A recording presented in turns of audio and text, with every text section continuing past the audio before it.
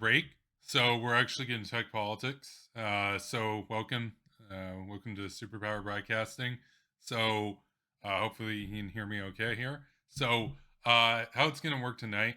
I'm going to spend a little bit of time talking about just my realignment in politics, and then we're going to get into gaming stream later. So this will be up on YouTube. The gaming stream will be over on my gaming channel. That's Superpower Gaming. We just passed 400 subscribers over there. That's really good. We got to try to get to 1,000 on that one. We've got a few days left in the Fortnite season, so we're going to get into that. We're going to try to grind for the gold Peter skin. We're not making it to the level 200 skins this season. That never happens. Closest I ever got was like level 186 with Captain John Lama. So that's going to come up later. In the meantime, we're going to spend a little bit of time actually talking politics because this is supposed to be like a political channel. So, yeah. So with that, and as I say, this will actually be up on Superpower Broadcasting on YouTube. I think it's been like 8 months since I've uploaded any content over on that channel, apart from like community notes, which, like, let's be real, 90% of those are just copy and paste from my X profile because I'm more active on X. So if you want to keep up with me, and you want to follow me, definitely check me out over on X. I am trying to get back into regular content. Ideally we'll be doing this as a daily thing here. I want to announce here just before we kind of get into the meat of this stream that I had outlined. We're going to be doing a couple new series. There's going to be a series. It's going to be more of a comedy type series, going over the economic state of affairs in my country, Canada. And the other series that I wanted to do is do the meme and just read theory, bro. So we're going to be reading different political theorists, different leaders, their thought, that sort of stuff. And yeah, the thing is, I took political theory when I was in university. Um, we study people like Machiavelli, we study Hobbes, and we study Plato.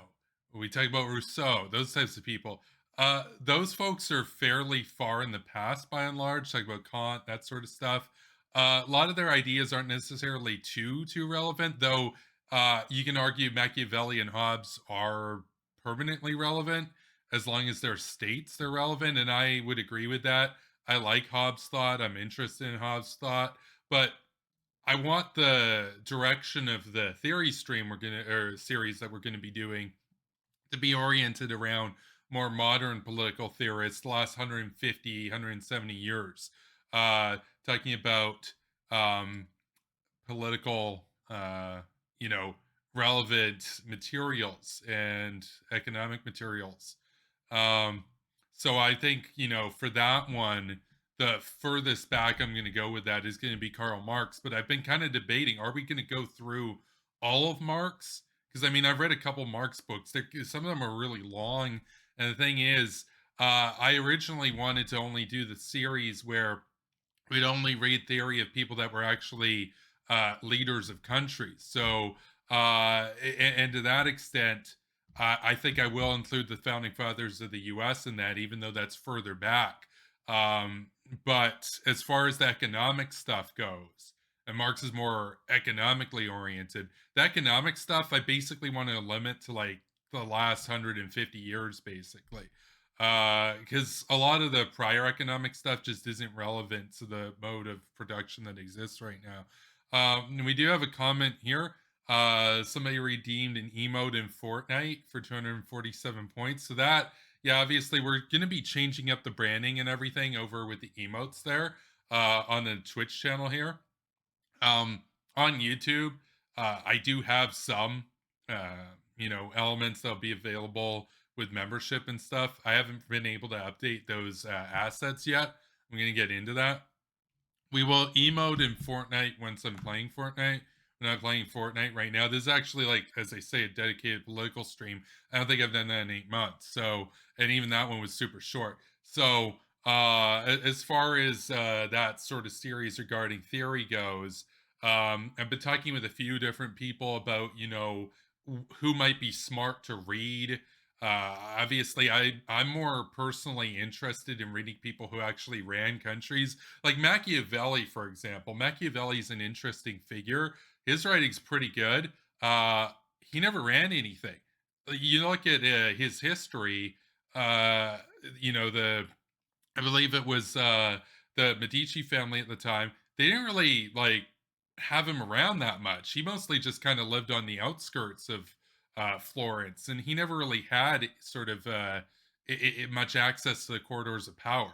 He wrote The Prince as kind of a guidebook, but he himself never ran a nation. He never even ran a city state. So I want to look at people who actually either founded countries or ran countries and their sort of theory, because as we'll get into in this stream, I don't have an ideology anymore, and I want to essentially look into people who actually ran countries through times of tumult and whatnot and revolution, and see what their thoughts are and what they advise for as a path for development, because the path that we're on currently is not a good path of development for Canada, and we can talk about that.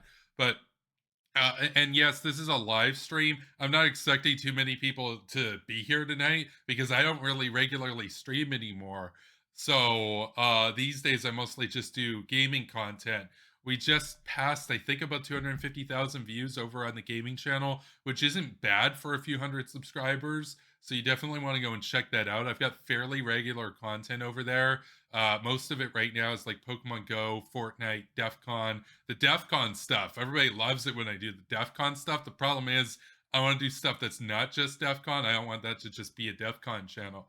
And so, with this channel here for Superpower Broadcasting, uh, you might say, and as I've said before, you might recall when I've talked to people, I've said, well, a lot of the people, especially on the left wing, they often regurgitate theory. They think in terms of theory and they only cite theory, and they don't really have that much of a practical approach to the real world that we're dealing with. And also, a lot of it's kind of boring.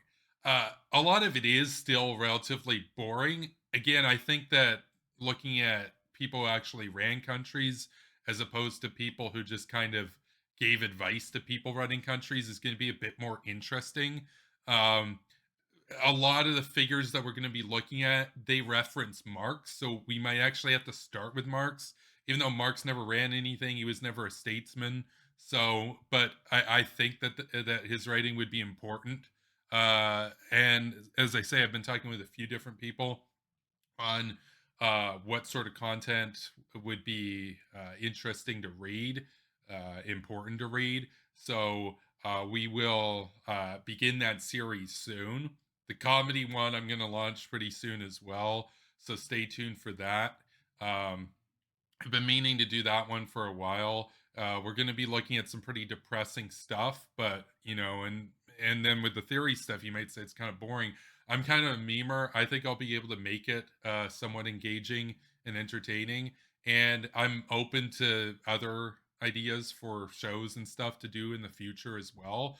I'm going to be talking about current events, of course. We're going to be making videos related to current events and that sort of stuff as well. So let's get into this. So, basically, when I started off this channel, I actually started this channel not here on Twitch, but over on YouTube back in, I think it was 2019. I think it was about roughly 5 years ago, almost 5 years ago now. And I started it, and at the time, I was a fairly ideologically committed liberal. Believed that the sort of liberal framework was kind of the best way to ensure essentially protections of human rights, that sort of stuff. And as an extension of that, seeing that most of the world's not liberal, then my foreign policy was informed as a result of that.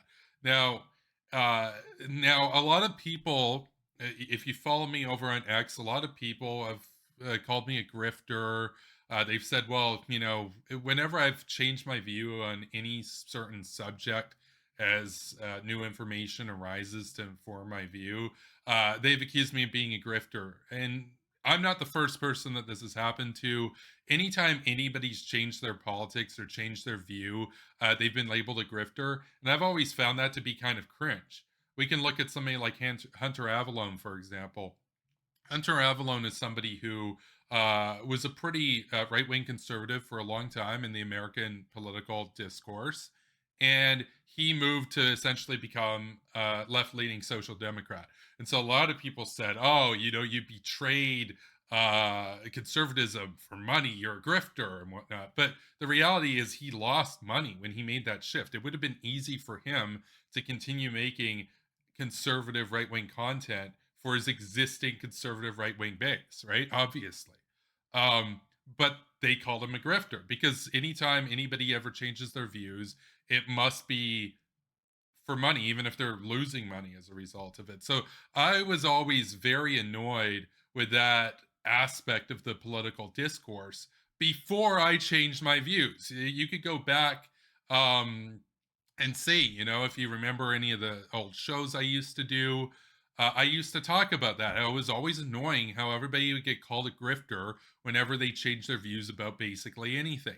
This has happened recently with Jackson Hinkle too. Jackson Hinkle is somebody who used to be kind of like a social democrat, Bernie bro lib in the American context, and he became a MAGA communist. I talked with him a few days ago over at X.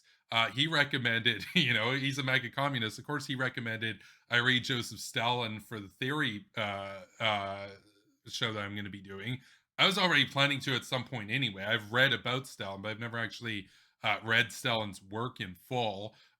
He was one of the most influential figures of the 20th century in terms of national leaders. So of course we're going to read him. We're going to read Mao. We're going to read the founding fathers of the U.S. We're going to look at Churchill, etc. Right? And obviously, I'm kind of interested in World War II and the Cold War. So of course we're going to have to read Stalin. But that was somebody in particular he recommended I get into fairly soon into the series, essentially. But anyway, he's somebody who's been basically derided as a grifter. And it's like, okay, he's somebody who used to have a very different set of views, and now he has, these views, or vice versa. Likewise with Hunter Avallone. Notice we have John Smith's basement here in the chat. I'm gonna try to fix the chat. I've tried to fix the chat a few times here. It used to work properly. Now it doesn't show the first comment, and it also has it skewed slightly off. So I'm not sure what's going on with stream elements there. We do, of course, have the ability now to stream to multiple platforms. So in future streams, I'm gonna have try to get it set up where we'll be able to stream to X and YouTube and Twitch at the same time. We're no longer barred from that by being a Twitch affiliate. So I can still, of course, get paid by Twitch under the affiliate program and stream elsewhere, which is awesome. Now, with regards to the grifting thing, of course, you know, this has happened in many cases with different figures, but now it's basically happening to me, where I've changed a lot of my political orientation. Now people are calling me a grifter. But again, and I can speak to this one for personal experience, I lost money as I became less liberal, right? People didn't want to support financially a program that they didn't really agree with anymore. And that kind of makes sense, right? I expected that. Obviously, I expected that. The whole point when I started this channel was that I wanted to essentially be true to what I saw as the ideological imperatives at the time. And that's still the case now. I just, as I say, I don't really have an ideology anymore, but I can recognize problems and I can recognize things that work. And it's insofar as I do have a sort of ideological approach, it's to basically take good things that work and eschew bad things that don't work. That's basically my ideology at this point in service of the people. So, and in that sense, you can kind of call me, and I've been called a populist. I don't mind that. I think people kind of associate populism with the idea of a grift, but populism doesn't have to be grifty, and in many cases, it isn't. Oftentimes, it's dismissed as grifty by people who oppose populist agenda. Um, John Smith's basement here says, "Where do you stand now if you're not Hawk?" Well, as I say, I don't really have an ideology. Like, if I had an ideology, if I had a very, very, very firm ideology in one way, regardless of what it was, I'd probably wind up being a Hawk, right? Like, let's say, I don't know, let's say, for example, you're like a staunch Russian nationalist. Like, that's your ideology. You believe in like the project of Novorossiya. You believe in the idea that Russia needs to go in and take back territory in Kazakhstan and Ukraine and all this sort of stuff. Well, then I'd be a hawk, right? Like Putin's a hawk. Putin started a war over there, right? If I was like a neocon, for example, yeah, I'd be a hawk, right? But I'm neither of those things. And so now that doesn't mean that there's not a case to be made for intervention. One of the labels that I do identify with would be the label of a nationalist within the Canadian context. And so if there's a threat out there, if somebody's plotting against Canada, they don't have to be here to be a threat. We should deal with them wherever they are in the world, essentially. Um, and there are terror groups that seek to do harm to Canada that exist throughout the world beyond our own borders. That there's a very, very clear case that we have the moral ability to go in and destroy them before they're able to do harm to us. Because, if we just have this sort of isolationist approach, where we just pretend that they don't exist, that doesn't necessarily mean that they're not going to target us. So we have a national interest in keeping tabs on if there are hostile elements outside of our own borders to deal with. And if there are, then that necessarily um, implies that there should be some sort of hawkish approach to dealing with them. But does that really make me a hawk? Because what I just told you is the exact same worldview as Tulsi Gabbard. She believes the same thing for the United States. And of course, when I started my channel, I hated her. I dismissed her. I derided her as an isolationist. Now, she's not actually an isolationist. She's just not a neocon. She's not like a Liz Cheney type figure. But if you actually watch her and you look at her worldview, she's totally hawkish on dealing with terrorists, for example. She's not opposed to sending forces abroad to deal with threats. Her whole thing is that she's against regime change wars, for example. Whereas neocons, they don't just want to deal with terrorists, they want to go into other countries and they want to change their regimes to be more favorable or subservient to their national interests, essentially. Tulsi Gabbard's not interested in that, but she is interested in dealing with like Al Qaeda or ISIL or Al Nusra or any of these other hostile elements that obviously plot against the United States. So and of course, if you're Anna Kasparian, for example, the Young Turks, she considers that an extremely hawkish position. She's called Tulsi Gabbard a neocon as a result of that. Now that displays that she doesn't really understand neoconservatism. I've got a video over on Superpower Broadcasting on YouTube going over what neoconservatism is. I left that video up because it's a fairly neutral video. I just simply say, here's what they believe, that, and that's that. A lot of people don't even understand what they believe, right? But to somebody like Anna Kasparian, who is more of an anti-interventionist than Gabbard, she would see Gabbard as a neocon. Whereas back when I was an actual neocon, I saw Gabbard as an anti-interventionist. So you see how these Overton windows and echo chambers kind of they have their own frame of reference, right? And I'm trying to, in terms of my content here, I'm trying to be more precise with labels and more precise with engaging with what people actually believe in. And the thing is, look, I don't agree with Tulsi on a lot of stuff, but yeah, I can kind of, to an extent, sympathize why she might be kind of upset at being called a neocon from Anna, because Tulsi, she gets called all this stuff from actual neocons. They call her names and stuff, and so in that sense, it's kind of an awkward position to be in because you're not exactly an isolationist, but you're also not a full on let's invade Moscow neocon, basically. So you're kind of in this awkward area where nobody really likes you, essentially. And that's kind of where she's at there. And of course, she's operating within the American context. In Canada, we don't necessarily have as much of a threat of terrorism these days as the United States faces, but it still exists, and there have been plots uncovered within the last 10 years against Canada, some of them from within Canada, some of them outside of Canada. So there's definitely an interest in having, at a bare minimum, an intelligence apparatus operating outside your own borders to keep tabs on what hostile elements might be aiming to do harm to your country. Now, uh, so as far as labels go, is dealing with terrorists a hawkish position? Uh, I don't really think so. I'm not gonna identify with that because when I think of a hawk, I think of somebody who wants to do regime change wars. I think of somebody like a Nikki Haley type figure. I think of somebody like a Bill Crystal type figure. I don't really think of somebody who's just responding to a terrorist threat or even preemptively dealing with a terrorist threat. In that sense, George W. Bush, funny enough, he wasn't exactly a hawk. It's not really hawkish to defend yourself.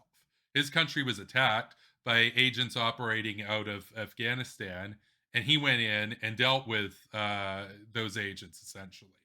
Um, the area where where there's more of a case to be made that he was a hawk with regards to Iraq. The intelligence at the time indicated that there was collusion between Saddam Hussein and Al Qaeda, and of course that was technically true. Now, I've argued with people about that. A lot of people say that that's fake news. No, Saddam Hussein did have a history of working with terrorists, financing terrorists and whatnot. He did have connections there.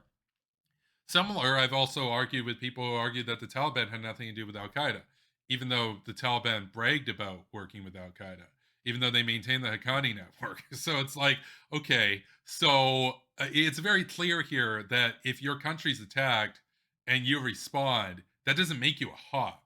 Yet to a lot of folks that are very anti-interventionist, they would see Bush as like this uber hawk. But Bush never ran on being a hawk. Bush never ran on this attitude of, if you vote for me, we're going to start two wars. That wasn't what he was interested in. A lot of his stuff was domestic conservatism, essentially. And then he was attacked a year into his presidency, and he had to respond to that, essentially. Um, Now, contrast this to somebody like Nikki Haley. Nikki Haley's running for president right now in the United States, and she's asked, what would you do with respect to China if they were to go into Taiwan, for example? And she said, well, she would meet them with force. Now, you can argue, and I debated Dylan Burns about this a couple weeks ago. Dylan Burns argued that that was posturing, that she's not necessarily genuine about that, but the threat of that might be able to keep the peace. Now, I would argue that this is a lot more of a hawkish approach because Taiwan is not the United States. Taiwan's not even recognized as a country by the United States. And yet, here you have somebody saying, well, basically, if you can read between the lines, that she would go to war with a nuclear power. That's a much more hawkish sort of position. So, if everybody's just a hawk, if you're not an isolationist, then that's not really a good label to have. And it's likewise not really a good label to just call everybody an isolationist who's not Nikki Haley. Because then by that logic, Tulsi Gabbard would be an isolationist, for example. So there's a huge spectrum in foreign policy. And then of course you have people like realists and stuff. You have people like Mearsheimer. Mearsheimer, you could call him an isolationist. You can call him a Neville Chamberlain on Russia. But then look at what he says about China. His rhetoric on China is far more aggressive than Nikki Haley. He basically wants to go to war with China. He essentially has said, yeah, we probably have to do a nuclear war with China. That's essentially what he's had to say. So, uh, is he an isolationist or is he an ultra hawk? Well, you could say both, except the reality is he's somebody who's sympathetic to Russia and hostile to China. He's somebody who his branch of offensive realism considers China to be a threat to the United States and Russia be friendly to the United States. That's a more precise reading of John Mearsheimer, essentially. So, um, I do want to take a look at the chat a little bit more here, um, because this is a live stream. We want like to engage with the chat here. As I say, I don't want to go too long with this. We've already been going about 25 minutes. I kind of want to keep this one under an hour. Because of course, a lot of folks out there who are going to be watching this, you already follow me on X. You already know roughly what I'm going to say anyway. So we don't need to make this go on too long. But John Smith's Basement said, I have no idea because I'm not on social media anymore. Well, and I can appreciate that and I can respect that. And I can kind of understand why, if you're not somebody who's like actually like, trying to do it as a job, well, you might avoid social media because social media is a pretty toxic place, right? I got a couple thousand people blocked. I've got about 7,000 people muted. That's within the last year or so. So that might give you an element of how much toxicity there is out there that it just I encounter, right? So if I'm not making any money at it and I'm not trying to do that as a full time thing, then yeah, may I be off social media too. But that's kind of why I want to make this video because, people who might veer away from X, they might watch this on Twitch or they may watch this on YouTube. They might not be aware that I'm not a liberal anymore. They might not be aware that I'm not hawk anymore, right? So, Maniac Shade is here. He said, Zelensky asked me what happened to his favorite Canadian liberal hawk. Okay, that's not true. That's just like sarcasm there. Um, but I won't talk about that. Obviously, that's what the stream's about here, where I'm not hawk anymore. I'm going to spend a little bit talking about, well, what even is a hawk, right? Is Tulsi a hawk? Is Haley a hawk? Is Mearsheimer a hawk? Well, if you're Anna Kasparian, they're all hawks, right? No question. She would say that they're all hawks. But people who do like foreign policy, who know foreign policy and some of the nuances around there, understand that those are all three very different figures, right? You can kind of think of Nikki Haley as a modern version of a neocon. You can think of John Mearsheimer as an offensive realist who's sympathetic to Russia and hostile to China. And you can think of Tulsi Gabbard as essentially uh, you could say almost a defensive realist in some sense, um, who could be considered hawkish insofar as she supports the war on terror, which you could argue that that's not even a hawkish position because America was attacked in the first place. So um, now Maniac Shade continues and says, "Why is he helping Elon Musk?" Referring to me, spreading pro-Russian takes. It's very funny because I'm not pro-Russian. I was actually kind of dunking on Putin's state today over on X.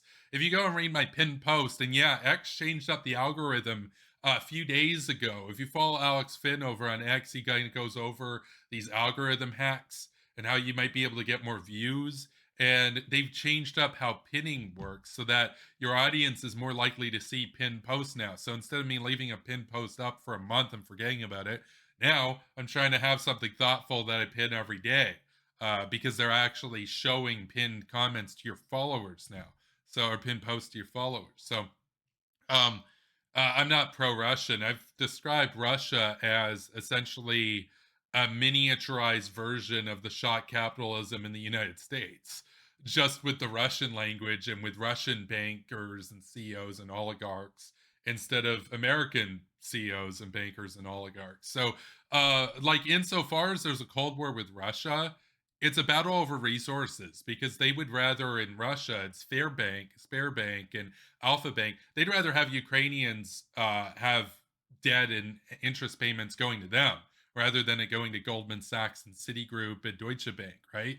But if you're Deutsche Bank, you'd rather have Ukrainians indebted to you than to Russian banks. So you can kind of think of this as a proxy battle between competing capitalisms or competing imperialisms between Moscow and Washington, where they're two imperial centers, but just because they share a very similar economic system, where they're both essentially billionaires' countries, um, that doesn't mean that they're going to get along. They're too big to get along. They both want to be the hegemon over that, and they both want to control as many resources as they can for their own imperial center.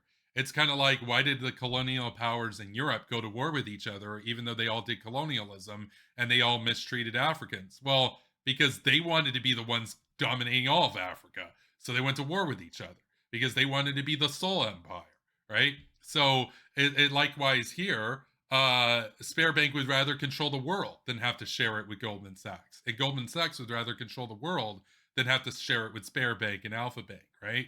So Russia has its own independent capitalist system as the United States. But they're very similar systems. And a lot of the same criticisms that can be levied at the US system can be levied at the Russian system.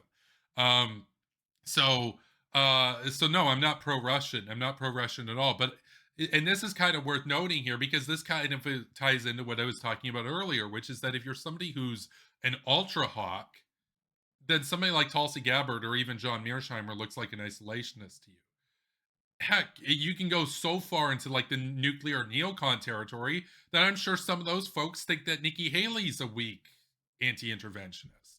So, compared to what they would want to do. I've seen a lot of takes from NAFO accounts where they straight up want to do a nuclear war with Russia. They think they can win. They think they can win a nuclear war with Russia. My whole point has never been that America would lose or NATO would lose a nuclear war with Russia. That was never my argument. I think if NATO fired first and Russia was caught off guard, there's a high probability that NATO would win that war. But you know what would happen? It doesn't actually really matter that much because all Russia has to do is just get through a few hundred of their 8,000 warhead arsenal, and it's GG. Purdue study estimated that in an exchange, even one in which the United States wins, 90 million people on both sides are dying within the first 30 days. Now, I'm a very skeptical person about nuclear winter modeling. I've always said it's kind of hysterical, and it totally discounts how concretized modern cities are. A modern city like New York or Miami or Moscow is not going to firestorm the way Hiroshima or Tokyo did, where they were basically made out of paper. So a lot of the data that's put into these models of, extrapolating out what a nuclear winter would be like assumes that our cities would burn the way that Hiroshima did. But our cities aren't made out of wood and paper, they're mostly made out of concrete. So I'm more conservative with the nuclear winter estimates. You know what the conservative nuclear winter estimates, how many people say would die within 10 years due to lack of crop productivity? It's about 200 million people. The more liberal ones, the more extreme ones that everybody touts, is 2 billion people. Yeah, I don't think a quarter of the world is going to die from starvation from a nuclear winter between the NATO countries and Russia. That's wild. But if you add up 200 million and 90 million from the first month and some extra in between from radiation effects, you're basically looking at 300 million people over 10 years. That means it's 6 times deadlier than World War II. World War III would be 6 times deadlier. For what? For what? So Goldman Sachs can have more people in Burkutia and Omsk paying their credit card stuff, and Citibank having interest payments going to Citibank, or so Spare Bank can have debt clients over in London and New York instead of just being limited to the Russian sphere of influence. I don't know about you, but I'm not really interested in getting 5 or 6 or 7% of the world population killed so some dudes can have more credit card counts, you know? So that's kind of where I'm at there. So if that makes me pro Russian, then I don't know what to say to you. You're an ideological fanatic. At that point, if you think that me being against the Russian system, but not wanting to get 300 million people killed, at a minimum, by the way, I could be wrong. More people could die in a nuclear winter. The reason, as I say, why I go with the conservative one is based on how I feel about how the data would actually unfold. There's never been an experiment about this.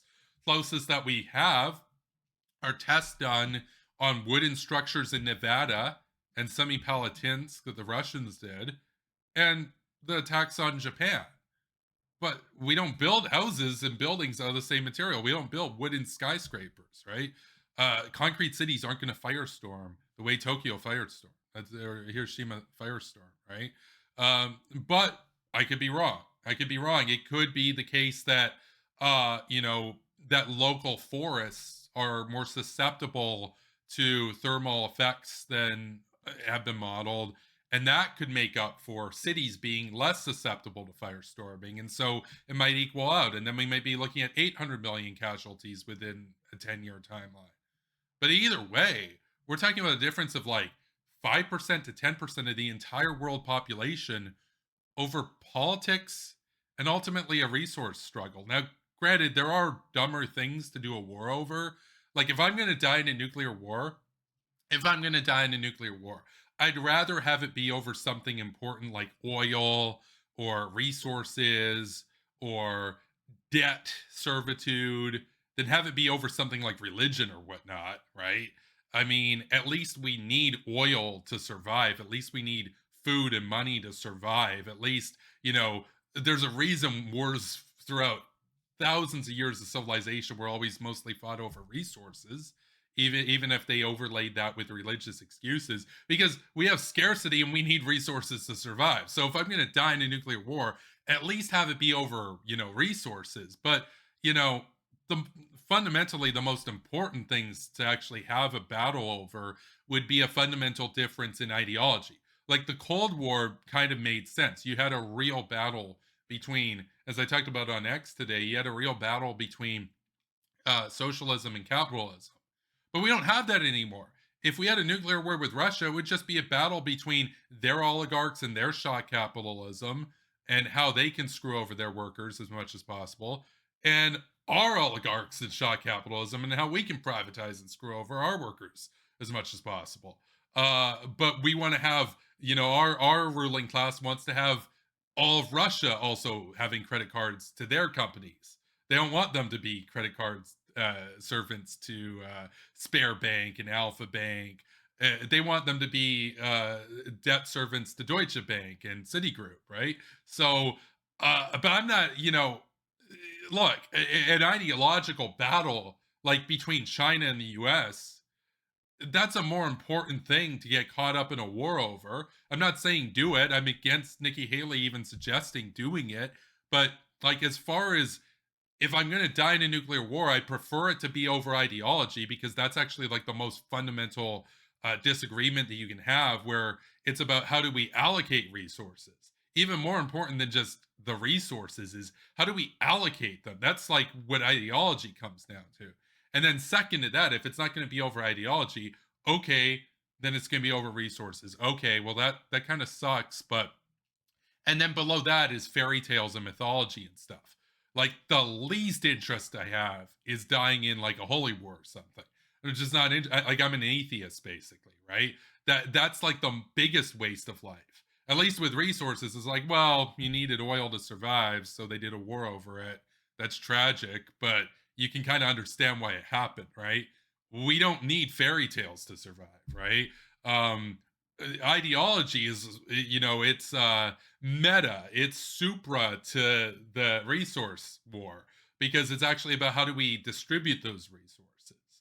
That's like the most fundamental thing you could actually have a war over, and that's why ideological conflicts are really hard to resolve. Resource rivalries, there's actually a fairly easy way to resolve them, and it's called spheres of influence theory. You basically have a summit and say, okay, you get this part of the world, we get that part of the world. And as long as we don't encroach on each other's sphere of influence, we can keep the peace and save billions of lives, basically. But you can't really do that with ideology. Like fundamentally, if you're a committed capitalist or you're a committed socialist, you want the whole world to eventually become that ideology. So that necessitates that there's going to be that sort of Cold War, right? Whereas with simple resources, you can have an agreement over how to split up the world in a way that we can all mind our own business. Um, the fairy tale stuff, you can't really do that either because if you believe in that, you want that to take over the world. You see that as your mission in life. And so that's a lot harder. In fact, that is the one that's least deterrable because how do you deter somebody who's not afraid of death, right? How does deterrence function in that sort of world? That's why, you know, hostile groups, fanatical groups having, the most dangerous weapons in the world is such a huge threat because they're not deterred in the same way that somebody like Vladimir Putin would be, or Joe Biden is deterred by Vladimir Putin's nukes, because both Joe Biden and Vladimir Putin have an interest in having their system and themselves survive. Right? They have a self-preservation impetus. But well, we'll take a look at the chat again. So I want to get to the rest of what Maniac Shade said. He said, why am I helping Elon Musk spreading pro-Russian takes? So yeah, this is not pro-Russian. Where is your Western pride, brother? Where is your hawkish honor? Okay, that's a little bit larpy. That's a little bit larpy. I'm gonna be real there. So Maniac Shade is one of these NAFO guys, and the NAFO guys, they're like their whole thing is, yeah, let's storm to Moscow. Are they going to be the ones storming to Moscow? No, they're going to have a cartoon dog over on X, right? It'll be Ukrainian kids that'll be the ones being sent in to storm Moscow. It's not going to be them. Now, you do that on Moscow, maybe it will be them because again, Russian. I don't know if you guys realize this, but this isn't the Iraq War we're talking about here. Russia can actually hit us back and hit our cities back in a way that Saddam Hussein can never dream of. They have more nukes than America does, right?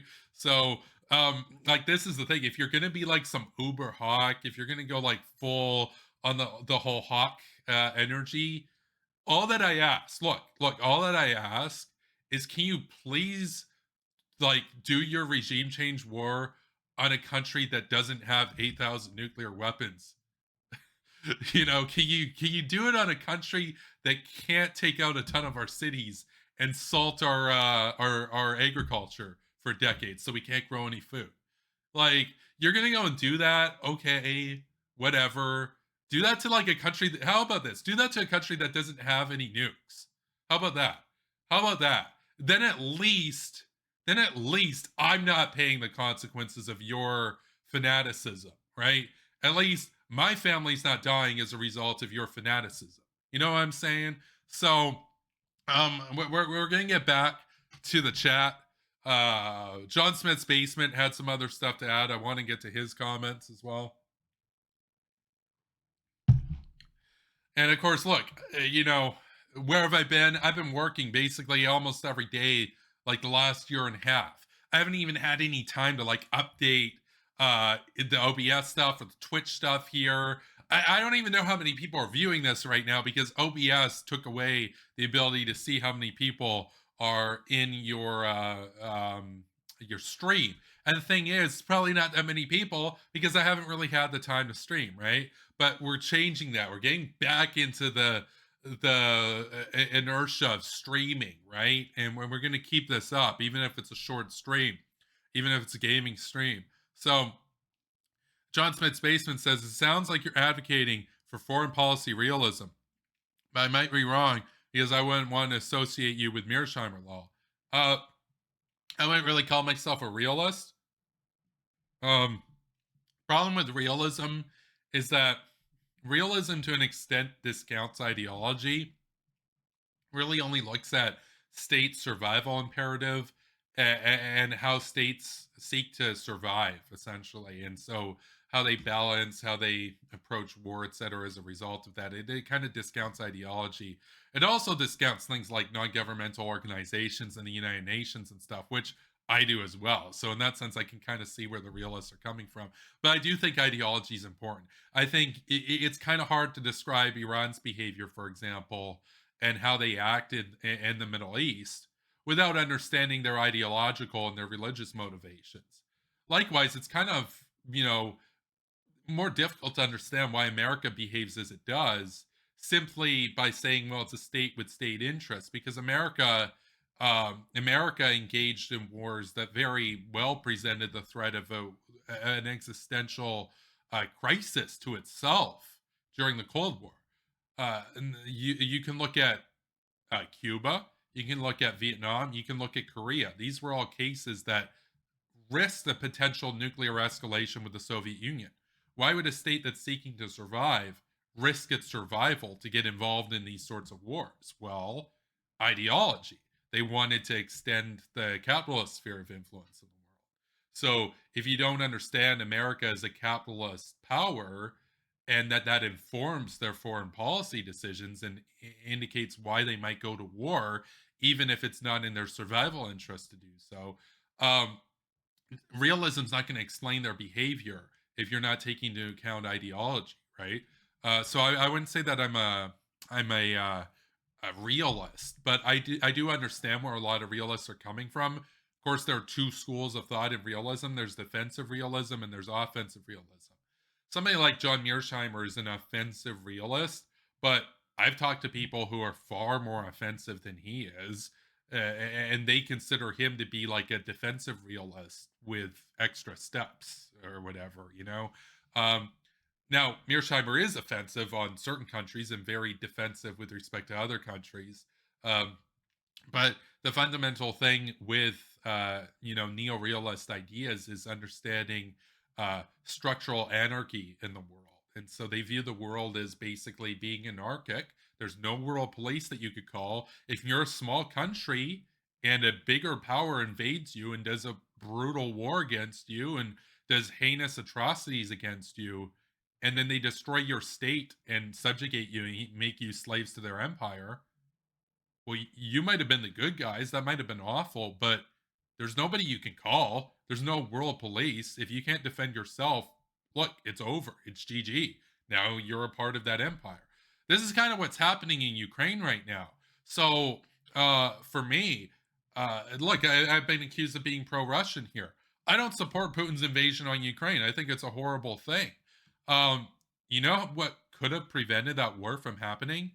Ukraine keeping their nuclear weapons, Ukraine spending on their military before 2022. These are things that can be done as a deterrent to keep the peace. And they weren't done. They weren't done. Ukraine abandoned their nuclear weapons, same way Gaddafi, he abandoned his nuclear program. Hussein, he gave up his nuclear program. Guess what? All these guys got invaded. Well, who are you going to call when you get invaded? Is Saddam with us anymore? Nope. Is Gaddafi with us anymore? Nope. Will Zelensky be with us in 5 years? Well, that remains to be seen what Russia's going to do to Ukraine, right? This is what happens when you give up your deterrent or you refuse to continue in pursuit of your deterrent. So, in that sense, I can understand a lot of realist logic, but uh, at the end of the day, I think the problem I fundamentally have with realism is that it's a very clinical approach to looking at how countries, how states behave. And it doesn't really see things in terms of good guys or bad guys. And for me, I used to be a very much like an exceptionalist, like, oh, we're the good guys, they're the bad guys, sort of thing. That's kind of a meme. That's kind of a childish way of looking at the world. The reality is, there are good things and there are bad things. And sometimes good guys do bad things, and sometimes bad guys do good things. So it's actually quite a bit more complicated than that. So if bad guys doing good stuff go to war with good guys doing bad stuff, who's the good guy and who's the bad guy? Right? A realist would say, well, it's two states going to war with each other. But I would look at it and I'd say, okay, one, where do I live? What's my survival interest here? How's this going to affect me and my compatriots? Two, what are the policies of the countries involved? What is their stance on politics as it relates to advancing the interests of the people in their country? Is it an oligarch state like Russia where the whole country exists for the pleasure of a few billionaires? Or is it a more, equitable country? Is it a more nice country to live in? Is it a country where you can have a decent life even if your dad's not Abramovich, right? Um, you know, these are questions that need to be taken into account. Who's initiating the fight, right? Generally, when people look at a war, people have an innate sort of sympathy for the one defending themselves. There's the old line, well, who started it? The implication being whoever started it is the bad actor. But we know that's not necessarily true. It kind of depends on why action is being taken, in whose interest it's being taken, you know and this is where it gets really complicated. I wanted to do a separate stream about Israel. I wanted to do a separate stream on why I can no longer support Israel, but Israel is a perfect example of this. Israel is a country that would be fairly nice to live in. If you ask me, would I rather live in Palestine or Israel, I'd rather live in Israel. But if you ask me, what do I think of Israel gunning down thousands of civilians and having absolutely no plan whatsoever for the 2.4 million innocent civilians caught up in Gaza and just treating them like animals, basically, and destroying their hospitals, and under the guise of, well, there was a Hamas somewhere, so we had to destroy all their food and their infrastructure and their hospitals, etc. Um, and we had to bomb their children and everything because there was a Hamas. Well, I'm not going to get behind that, basically. So it can be simultaneously true that life is better in Israel and also be the case that Israel's the bad guy in the current war and that they're conducting a genocide against millions of civilians that they look, let's keep it real, over half of the population in Gaza was born after the election was held that brought Hamas to power. And of course, Hamas never had another election. So if you're brought into that, if you're born into that, does that make you born a bad guy because there happens to be a terrorist in your country? No. And this is the problem that I'm having with a lot of liberals. Like I've gotten into replies against like Destiny and stuff, who's basically making a big joke of the thing. And, memeing on people that are upset over, hundreds of civilians getting gunned down just a couple days ago who are just trying to get food. And this isn't the first time Israel has done this either. So you can look at their behavior in Lebanon. You can look at their behavior in the West Bank. But this is an example of what I'm talking about of like, well, who's the good guy, who's the bad guy? Because clearly here, life is technically better in Israel, but they're also committing a genocide. Both of those things can be true. It raises the question of, well, who do you support?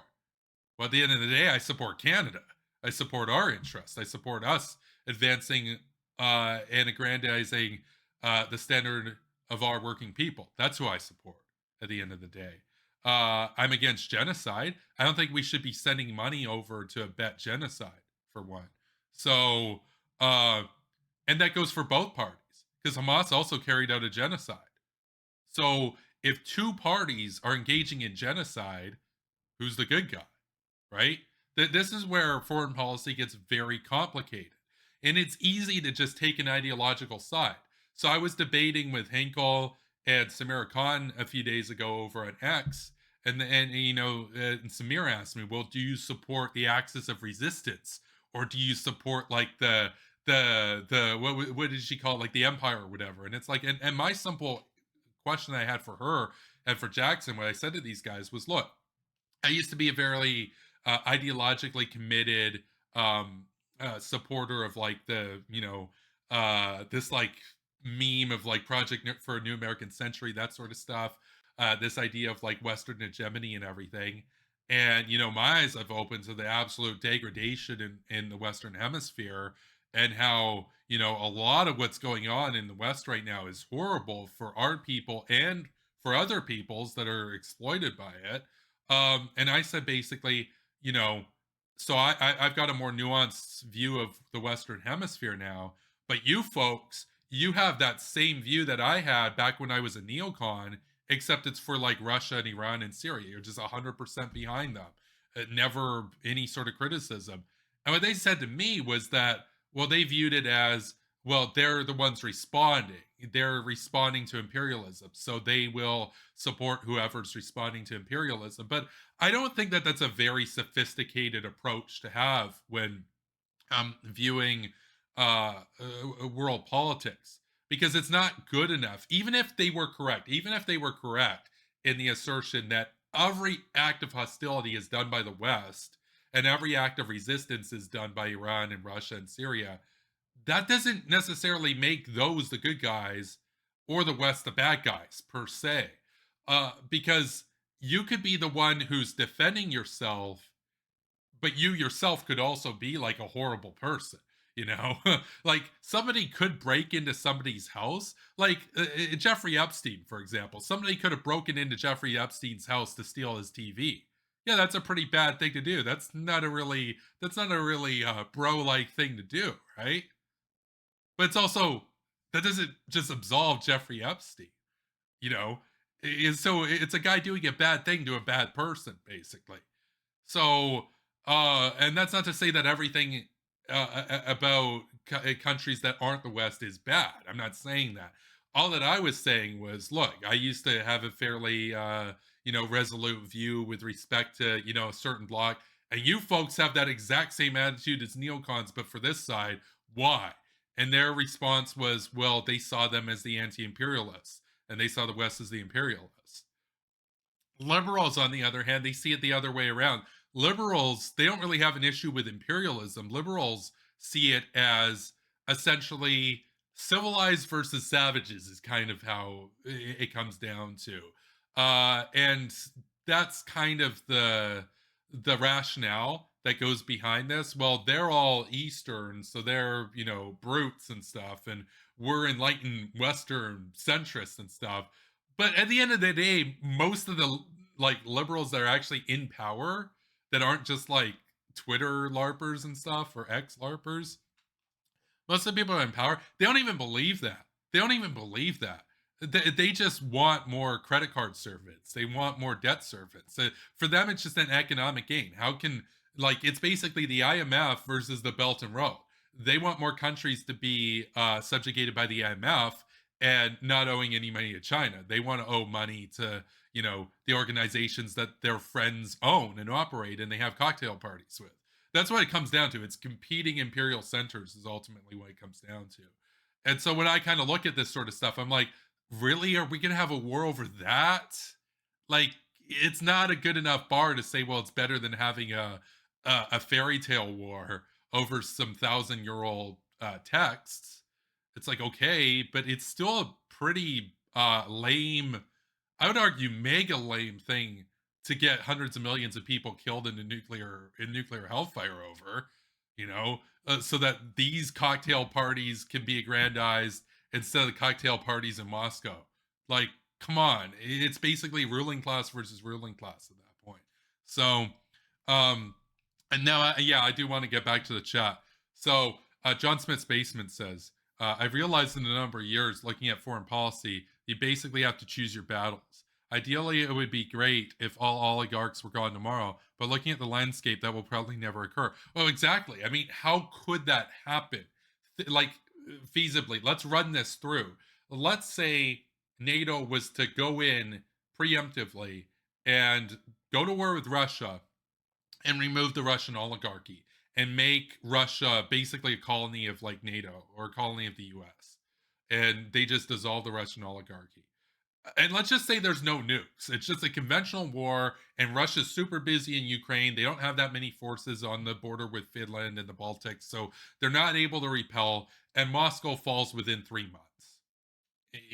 They're not really able to direct a lot of forces out of Ukraine in time, and within, let's say, 3 months, Moscow falls. Uh, and there's no nukes or anything in this scenario. Now, that's a fantastical scenario. It would never happen.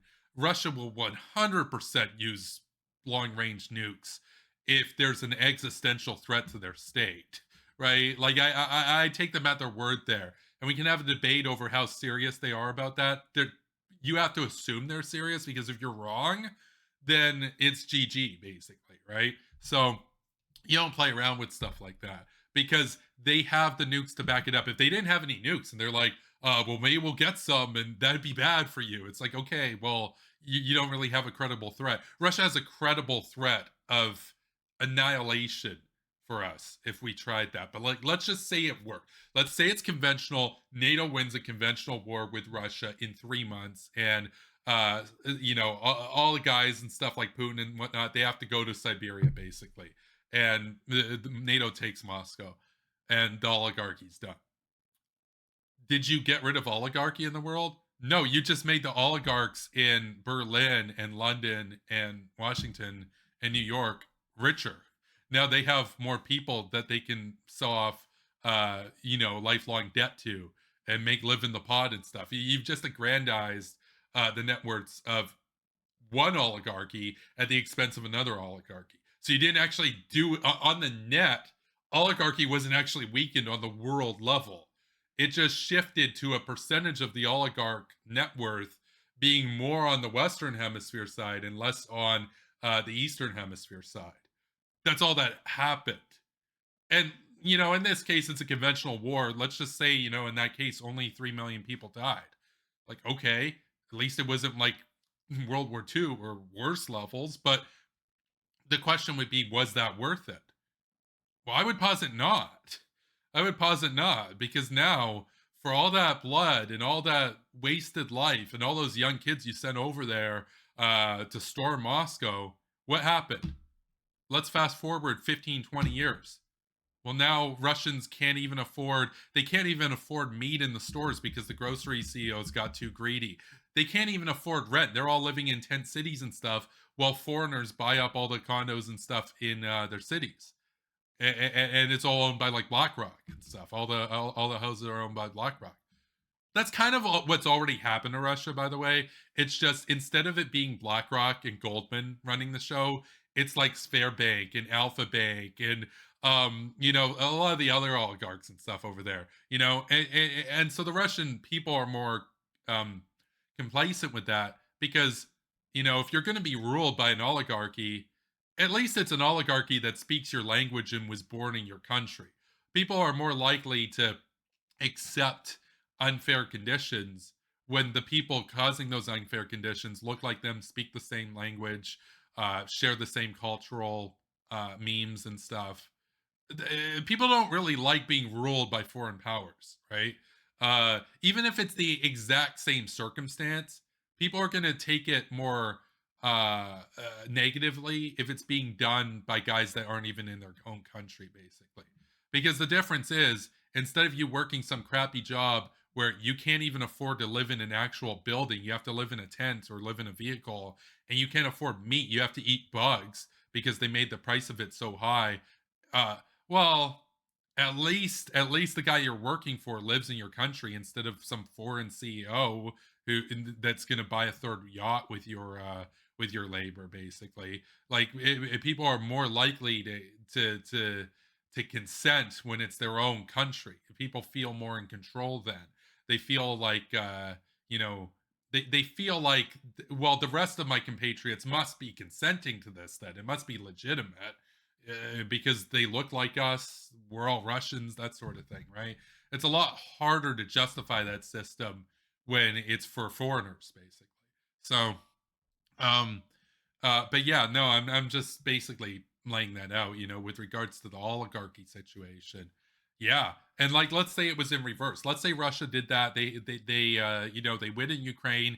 They get a bigger military. They keep up their 8%. They extend it to 20% of GDP, and they raise this massive military. They get a bigger military than the Soviets even had, and they get 40,000 nukes. They get 41,000 nukes. They get more nukes than the Soviets ever had, and then they go in and they like so-called liberate Europe or whatever. And they march to Berlin and everything, and they take everything. They take London, they take Lisbon, they take Madrid, they take Washington. Let's just say, and it's all conventional. There's no nukes. It's just a big World War II, but in the modern age, basically. And that happens. And all these oligarchs in Berlin and stuff, they have to flee away. They become refugees in like Nicaragua or something. They gotta go on rafts away, fleeing the Russians. Did you solve oligarchy? No. Now the Russian oligarchy is richer. Now the share of world net worth that the oligarchs control, it's more on the eastern side and less on the western side. So you didn't on the world system, oligarchy didn't change at all. The nationality of the oligarchs changed. You didn't do anything about actually addressing the problem. See what I'm saying? So Maniac Shade with some racist comments in here. Um, like it's funny because Maniac Shade could have been born in Russia. Could have been born in Russia, right? He says Russians produce only hate and aggression, nothing productive. See, there's a great irony there. It's like, oh, they're such a hateful people. It's like, dude, look in the mirror, dude. What did you just write? See, that's what I'm talking about, the fanaticism. You know what the logical conclusion of that sort of NAFO fanaticism is? It's literally Nazism. It's literally the idea that the Slavic people are evil and the Russian people are evil. They're all evil, and so they basically it's basically Wes Boppinism is what it is.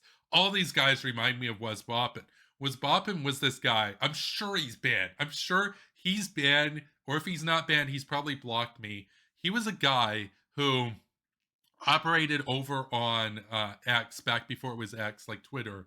And his whole thing was that he wanted to nuke Russia, and he had like 5,000 followers, and he had like this blog and stuff, and people doxed him and everything, and it was kind of embarrassing. But and I actually interacted it with him once. I asked him, I'm like, what was bopping even mean?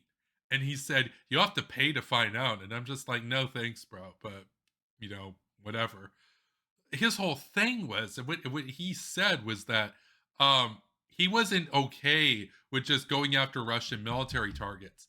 He wanted to raise every Russian village to the ground. He said there couldn't be victory until all the Russians were wiped out. Basically, Holocaust logic.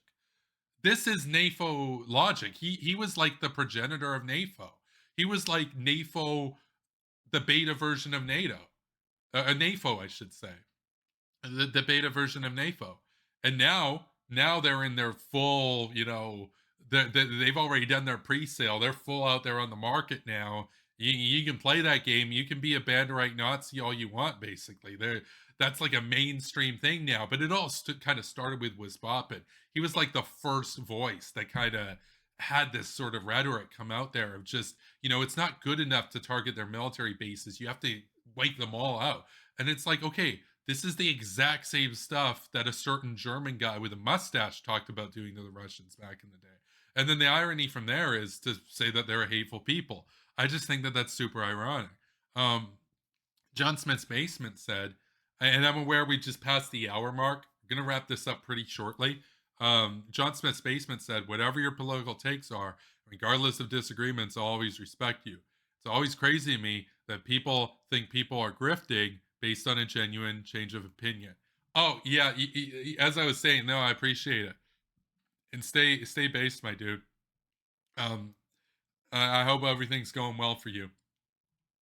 The only thing that makes me chuckle more than that is when you lose money to change your opinion and then people call you a grifter. It's like, and it's not like I'm like some victim or whatever here. I knew straight up I would lose every patron and all my basically donation sources of income. Uh, Once I took a break, once I started working like basically every day, each week, and once I started, really coming to terms with, oh, are we actually the good guys, sort of thing. Is this system good enough to justify sending somebody to die over? You know, and then I lose money for that. Great. Okay. Great. So now, sure, some people they gain money, as a result of changing their views and whatnot. Even then, that's not evidence of them being a grifter. Um, and as I say, I anticipate to be more active here, make a lot more content. I want to start, GoFundMe to actually raise the funds so that I can get out of this horrible city and move to like the cheapest part of the country so I can go full time faster and actually like be engaged in the discourse as like a full-time job. That's what I want to do basically. But just this idea, oh, you make money, you have to be a grifter. You lose money, you have to be a grifter. It's like, did you make money? Yes or no? If no, grifter. If yes, grifter. That's like liberal logic, basically. So, Maniac Shade says, so you're saying Zelensky is an ideological fanatic, defending democracy and Western values is the most important? No, Zelensky is a fanatic, and I'll tell you why he's a fanatic. But he's not a fanatic in the way you might think. Like certain fanatics, they'll do anything. They'll throw their entire country into their agenda, right? And we can think of some figures from history, like the guy from Germany. I guess he was technically from Austria, but he made it a part of Germany. Who had the mustache? I was gonna say goofy mustache. It wasn't actually goofy. Charlie Chaplin did the stash, and it looked great. And then this guy came around and had to go and ruin it. That guy was a fanatic. That guy sent kids into the trenches for his ideology. That guy was like an uber fanatic, right? And he would have bragged about that. If I said, you're an uber fanatic, he would be like, yeah, that is what I am, basically. He's like, yes, that is what we are. He would have done like that Haas meme of like, yes, I'm 100% that. That's what he would have said, right? Is Zelensky like that? No, no, no. Zelensky's fanatical, but not in the same way. Zelensky's fanatical, but he's kind of like anti-conscription. So I don't know if you guys saw this, but he actually recently, a couple weeks back, he fired Valery Zaluzhny, who was the head of the ground forces in Ukraine, who was like straight up, and he was a very popular guy, very popular with the military. And he straight up said, look, we need to have troops parity. We need to have troop superiority. We're going to need about 500,000 more guys on the line in order for us to not get overrun, basically. And you know what Zelensky said? Zelensky said, "Oh, but that'd be unpopular and that'd be bad for business. Businesses wouldn't be able to pay people, their minimum wage at McDonald's and stuff if they're on the front line." So to Zelensky, it's more important to have companies, a lot of them foreign companies, making their ever precious profits off of Ukrainian labor, than it is to have those troops go out there and literally defend his country from not existing anymore. So he's a fanatic for like neoliberal capitalism, but he's such a fanatic about it that he's willing to compromise his own country's ability to even exist and defend itself on the battlefield so that those business owners can have more labor. He doesn't want to take them out of that and hurt business interests the way that Zelensky wanted. That's how fanatical he is, that he's willing to potentially make it so that his country doesn't even exist anymore in the service of global capitalism. That's wild. That's wild. So that's definitely fanatical, but it's not like let's have everybody be a troop for my ideology fanatical. It's let's not even have a country anymore. That's how committed I am to foreign corporations fanatical. Just absolutely wild. And the absolute hubris on him to get completely pummeled in recent months. But it's not just recent months. I mean, Russia was making ground last winter too, right? Um, Over the summer when they had all the tech, right? In 2022, in the summer of 2022, the excuse for poor performance was, well, we need you guys to send us advanced equipment, and then all the advanced equipment arrives, and then in 2023 in the summer, the Great Counteroffensive, they take 17 kilometers on one point on the front near Melitopol, and a huge loss, by the way. Um, what's the excuse then? You got all your advanced equipment, you got the HIMARS, you got everything, you got the attack. So what's going on here? What's going on here? What's the excuse? At that point when it was clear that there's a fundamental problem here. It's not just we need more stuff from the West. It's we actually don't have the troop numbers to make this work, even if we do have the equipment. Like, I don't know if you know this. If you're the one doing the offensive, you need to have like a 3-to-1 advantage to be able to consistently gain ground. They gained 17 kilometers over the course of that offensive. Russia's taken back everything. Right? And they've taken Advivka. They've taken ground further south there. They've taken ground closer to Kharkiv. There have actually been commanders now out in Kharkiv, basically saying how like things are about to fall here, and now they attribute some of that to lack of Western artillery replenishment. That's a valid argument. Okay, it's also, if you look at what they're saying, it's also a troops issue. You know who talked about that? You know who warned about this months ago? Valery Zaluzhny. You know what Zelensky did? He fired him because Zaluzhny was more concerned with defending the country than foreign corporations. Zelensky's more concerned with defending foreign corporations and their precious labor to be able to operate at their current levels than literally defending his own country. And look, I don't call myself a Marxist or anything, but Marx did talk about that. He had that line where he's like, the capitalists are so greedy. They'll sell us the equipment. We want to keep it TOS. They'll sell us the implements that the communists will use to bury them, basically, to make a quick buck. But he was right. That's actually what's happening in Ukraine right now. I don't care what you think of Marx, by the way. I don't care if you're a communist. I don't care if you're like far right. It doesn't matter. Um, Marx was objectively correct about that. We've seen that behavior throughout um, world politics. States putting private business interests above even their own existence. Like, that sounds wild. How can you do that? Well, if you're bought and paid for, yeah, you can kind of see why that happened. Because at the end of the day, is Zelensky going to have to live with that consequence? Probably not. I don't think the Gaddafi or the Saddam thing is going to happen to him. I think when the Russians do come into Kiev, he's going to have a golden ticket out of there. what I feel bad for are all the Ukrainians. I feel bad for the troops. I feel horrible for the Ukrainian troops who they need more support. They need reinforcements. And Zelensky's just been refusing to mobilize the country. Like this is wild. Putin's been mobilizing Russia, albeit not to the extent that they could, but believe it or not, Putin has been doing more to provide his troops reinforcements. Even though he's throwing them into the meat grinder, it's not like he cares about his troops at all. The guy who doesn't care about his troops at all, the guy who only cares about his champagne and his Benz and his supermodels and his palaces, right? That guy has done more for his troops than Zelensky is doing. Wild. Absolutely wild. It's embarrassing. It's totally embarrassing. And this is why I say, like, if you're like the most pro Ukraine guy out there, you should be livid at what's happening right now because they're bungling this. They're costing themselves potentially the fate of the Ukrainian state. Will Ukraine go on to exist as a state? Probably yes. But what I think is going to happen is that the Russians are probably going to take everything up to the Dnipro River. Is probably what's going to happen at the current rate. And I think it's in Ukraine's interest to negotiate. And if they're not going to do that, if you're not going to negotiate the way that Zelensky's going, if you want to be hubris about it, okay. You want to have a big ego, okay. Then let's like get some troops on the line. Let's conscript a few 100,000 people. Let's go.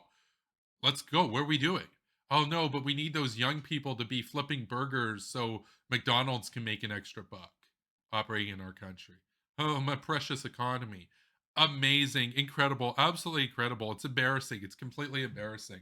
You know the other thing that's completely embarrassing about this, another thing that completely red pilled me to be more cautious with regards to sending aid over there when you look at their military expenditures back in the 90s, the early 2000s, mid 2000s, it's pretty low. It's like around 2%. Now that's like par for the course with Europe. I mean, you already know two-thirds of NATO countries, most of them are Europe. They don't even spend the 2% minimum that you're supposed to in NATO. Just as a common courtesy, never mind your like survival, right? See, this is another reason why I'm a little bit skeptical about realism. Why I think ideology plays a pretty big role. Because if you're like I don't know, a defensive realist or something, you would think a country like Estonia might spend a lot on their military as a proportion of their GDP, right?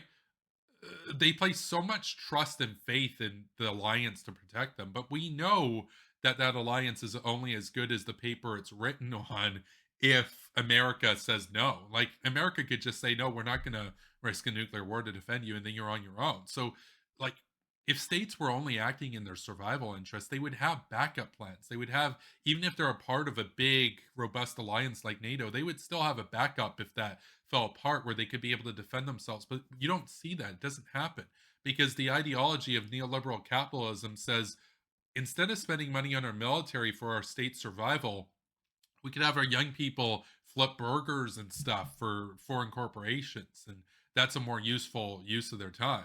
I had a little bit of a debate with Dylan Burns about this. We kind of got into that where I was arguing, even if you never go to war with anybody, it's worth having a very big military because in peacetime, you can use the military to do things for the people, like build public housing, build roads, build railroads, build airports, etc., build infrastructure, maintain infrastructure, build big projects, beautification, all this stuff. You can mobilize them to do these sorts of things. And Burns dismissed it and said that the people would be more productive not being troops. They'd be more productive just specializing in these different fields. It's like, okay, but we've seen what's happened there. We've seen the lack of the ability to mobilize the country to work. We've seen huge unemployment, for example. We've seen all these issues, and at the end of the day, as I say, even if you're never going to go to war with anybody, it makes sense to have a large military because in peacetime, they can deter war and they can be used to bolster the civilian economy. And in wartime, you have a fighting chance. But if you don't do that and you just have like this 1% of GDP sort of approach and just say, yeah, well, NATO will protect us. What happens if NATO doesn't? What happens if, I don't know, Trump says, no, you're done? Or somebody else comes in and says, you're done? Or somebody says they're a hawk and then they get scared when Russia actually goes in and says, well, I don't want to die in a nuclear war. So they say you're on your own. Why not have a backup plan? Why not have like 15% going into your military? But they don't do it. They don't do it. So Ukraine, after the Maidan revolution happened, what would you think would happen, right? So they've been spending 2% under the previous presidents in Ukraine, and they were aligned mostly with Russia during that time. And so, same kind of logic applies. They don't spend that much on their military because they're under Russia's protection. You know, countries in Western Europe and stuff, they don't spend that much on their military because they're under America's protection.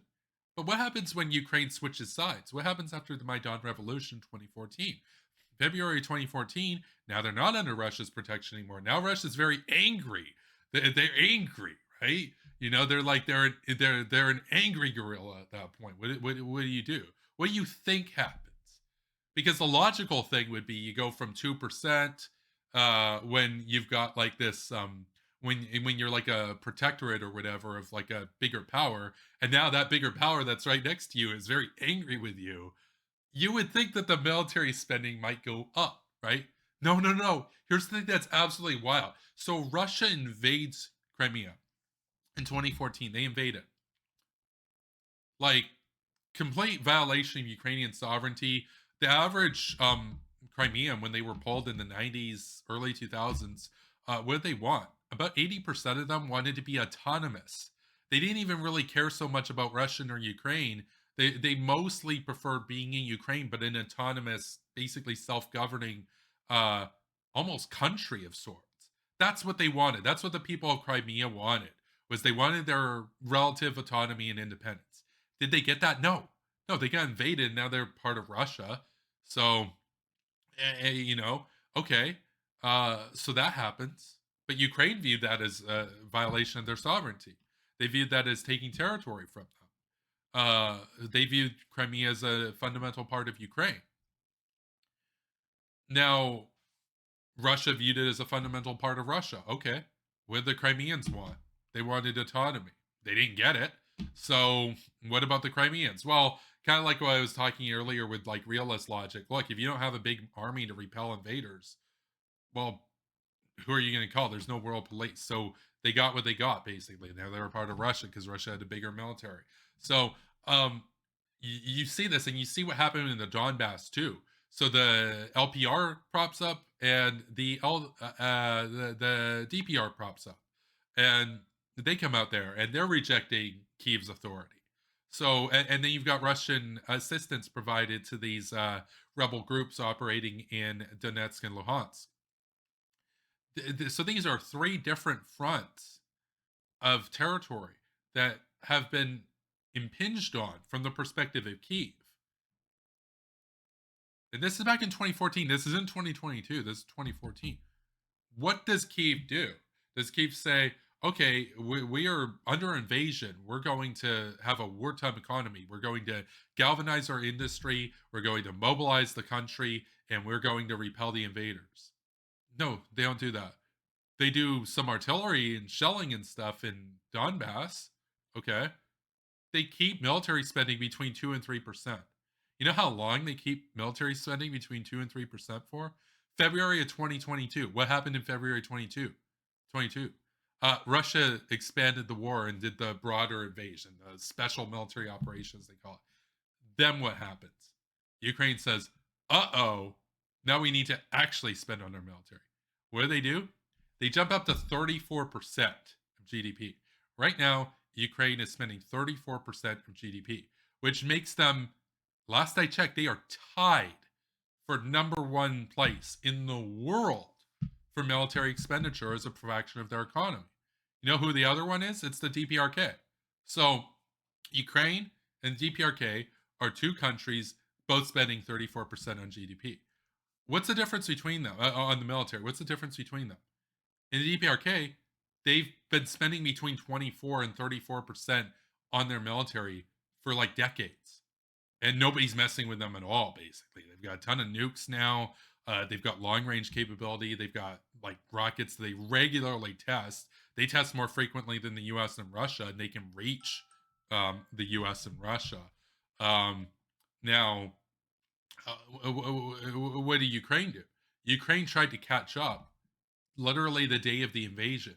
But by that point, it might be too late. And of course, they had to rely on that point on a lot of Western support. If you actually add up all the money that's spent over there, it's over $200 billion. Now, that's a lot of money. That's a lot of money. And Canada and the US have spent about the same percentage of our economies, about 1/400th or so, roughly, of our economies have gone over there. It's a bit bigger in Canada because we don't have that much military equipment, and we sent, 6 tanks over there, for example. We don't have that very many tanks. Like, this is a huge commitment on our part, going over there. But you see this kind of resolve. You see Poland, you see the Baltic states, you see Denmark. Denmark gave up their entire artillery arsenal and gave it to Ukraine. These are huge security commitments. These are massive security commitments going over to Ukraine.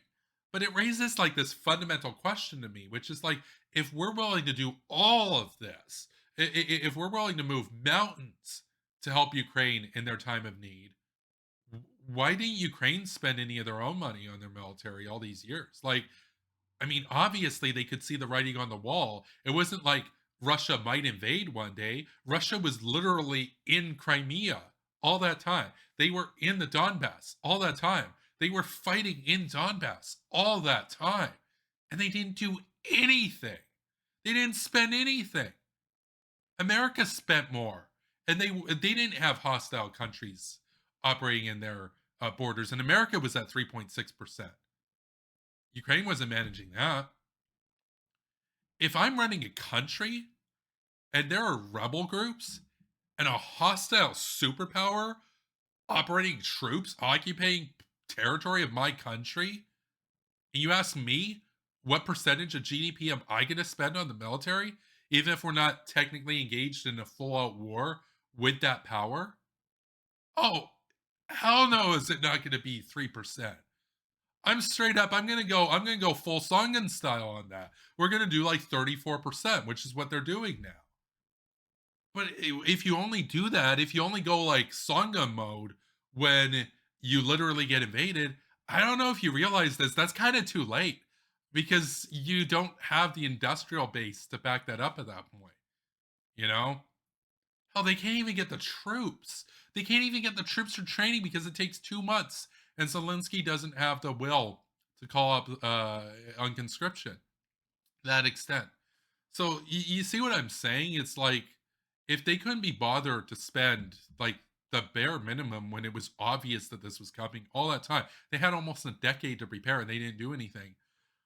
Why then should we have to do everything? Why then should we, when we're broke and our country's falling apart, why then should we have to take our people's very precious limited resources and put it towards a country that, had they done this, the war could have been averted, hundreds of thousands of lives on both sides.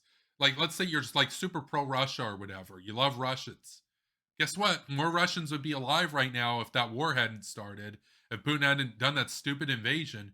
Guess what? He probably wouldn't have done that invasion if Ukraine had spent 34% or even 25%. I've also said you don't have to go full to the extent that Pyongyang's gone. You don't have to do that. But I mean, you understand what I'm saying. And keep in mind, they're at peacetime. Like, they're technically at a war with the South and with the US, but there's not really much in the way of skirmishes going on there. They're not occupying each other's territory. Um, there are back and forths that happen on the demilitarized zone every now and then, but it's not like Donbass. It's not like Crimea. It's not like the U.S. is occupying like Kumgang province or whatever in North Korea, and so they're spending like 34%. They're basically, for all intents and purposes, in peacetime, and yet they have like a wartime economy. Why couldn't Ukraine do that? They had foreign troops, hostile troops occupying their territory, and they couldn't be bothered to spend as much as the US was spending in peacetime. That's wild to me. That's wild to me. And it fundamentally speaks to the deeply unserious and unsustainable nature of the liberal system as it relates to the nation and the state and the people's survival. Because at the end of the day, they prioritized foreign corporations over their own national security. Now that's real fanaticism. Like, there are fanatics who will move hell, heaven, and earth for advancing the national interests of their country, like that's a fanatic, right? And then there are the uber fanatics for neoliberal capitalism who will literally sell out their country in the interest of propagating that ideology. That's wild to me. That's wild. It's the most self-destructive ideology you could ever imagine. Um, so I do kind of want to get to the chat a little bit more, and then I want to talk a little bit more about why I'm not Hawk, and then I want to wrap this up and move to Fortnite. So let's see what's going on here in the chat. They don't have enough artillery ammo, referring to Ukraine, says Maniac Shade. That's correct. Guess what? If they had invested like more than 3% on building the industrial base to produce a lot of artillery and a lot of ammo for that artillery, um, I can tell you they wouldn't have an ammo shortage right now. Does Russia have an ammo shortage? No, they have an ammo stockpile. Does North Korea have an ammo shortage? No, they have an ammo stockpile. Does Ukraine have an ammo shortage? Yes. Why? Like you had 8 years. You had 8 years that you knew this could happen. You could have prepped. You could have geared up. You could have got ready. Like a normal person gears up in that situation, right? They either gear up to deter or they gear up to throw down. The Ukrainians, they didn't do anything. They didn't do anything, and it's their government. It's their government and their oligarchs, right? Um, and the multinationals that control the government. It's not the people. I'm sure lots of folks, lots of hardworking Ukrainian folks knew that this could happen, and they knew it was bad to be complacent. They knew it was bad to only spend 2.5 or 3% on defense in those years 16, 17, 18, 19, when they had this precious time that their country's survival might actually depend on if they were productive in that time, and which they forfeited for the interest of global capital. They had this time to gear up, and they wasted it. They squandered it in the interest of appeasing global capital. They could have become a bulwark of resistance. They could have become self-reliant. They could have become a power able to repel even the United States if it came to it. And yet here we are. The 11th hour approaches after 8 years of inaction. Uh-oh. I guess we better do what the North Koreans were doing for 30 years. Yeah, the reason why it's worked in North Korea is that they've had that consistent approach for 30 years and nobody's ever going to mess with them.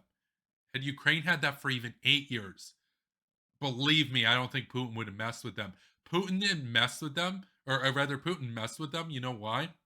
Because he had intelligence on the ground indicating that Ukrainian national resolve was weak and that if he sent in the troops, they would falter within days or weeks. In other words, his intelligence indicated to him that there was a high probability of Ukrainian capitulation within the first month of the war. Meaning that if that were true, then the war would be worth it. Now, there's always a risk, and he knew that there was a risk that it could go the other way, but he was willing to take that risk. He's a belligerent imperialist, and he wanted more territory, and he wanted more resources, and he wanted more people in his empire. So he went for it. And from a rational standpoint of, an imperialist, yeah, that's kind of a rational move. High probability of high payoff, low probability of this drawing out for a long time. He took it. He took the risk and it backfired. But in most of the circumstances, he would have said, well, yeah, it'll probably work out for us. Why did their intelligence indicate that Ukrainian national resolve was weak? I mean, we knew that there was like the Azov boys and stuff that were like, there were paramilitary guys operating in Ukraine that were staunch nationalists. There were Banderite elements there that were like hardcore nationalists, right? That were very, very pro Ukraine, very anti Russian. His intelligence was aware of all of that, but he dismissed them as relatively small forces because they looked at the military, they looked at the economy, they looked at what the country was being put to work for, and it didn't appear as if Ukraine thought that Russia was going to actually do anything, and they weren't taking the threat seriously. In other words, they looked like a sitting duck. And And he most likely thought, and this is just me reading into it, he most likely thought that their lack of ability to gear up and ramp up military production over all those years that he was occupying Crimea and rubbing in their face that he could invade them at a moment's notice. He likely probably took that as a lack of patriotism and a lack of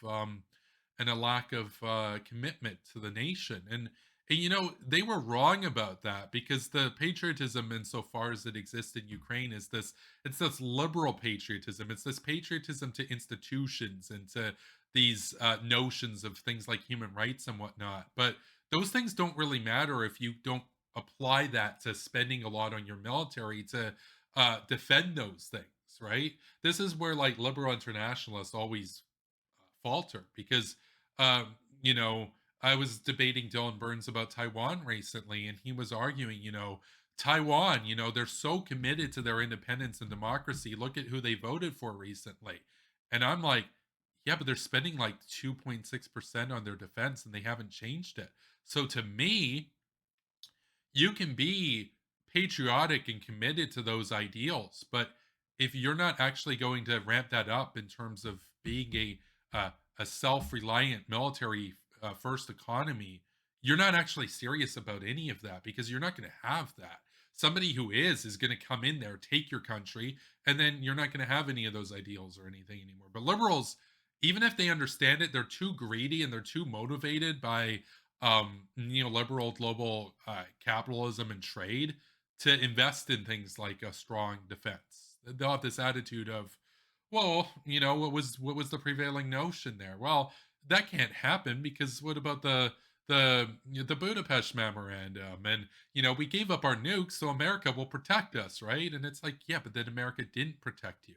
So when you rely on a foreign power for your survival, you might not survive. That doesn't mean you're not the good guy. I'm not saying that they're the good guy or the bad guy, by the way. I don't support Russia invading. I also don't think Ukraine is perfect. There's a lot of corruption that happens in Ukraine. Some of that can explain why, even if that 3%, which isn't a lot, that was spent on the military, it really didn't go that far until about 2018, because there was so much corruption. But I understand what I'm saying, right? Which is that if they invade you, if they invade you and they win, it doesn't matter if you were the good guy or not. You lose. History, you're a footnote in history.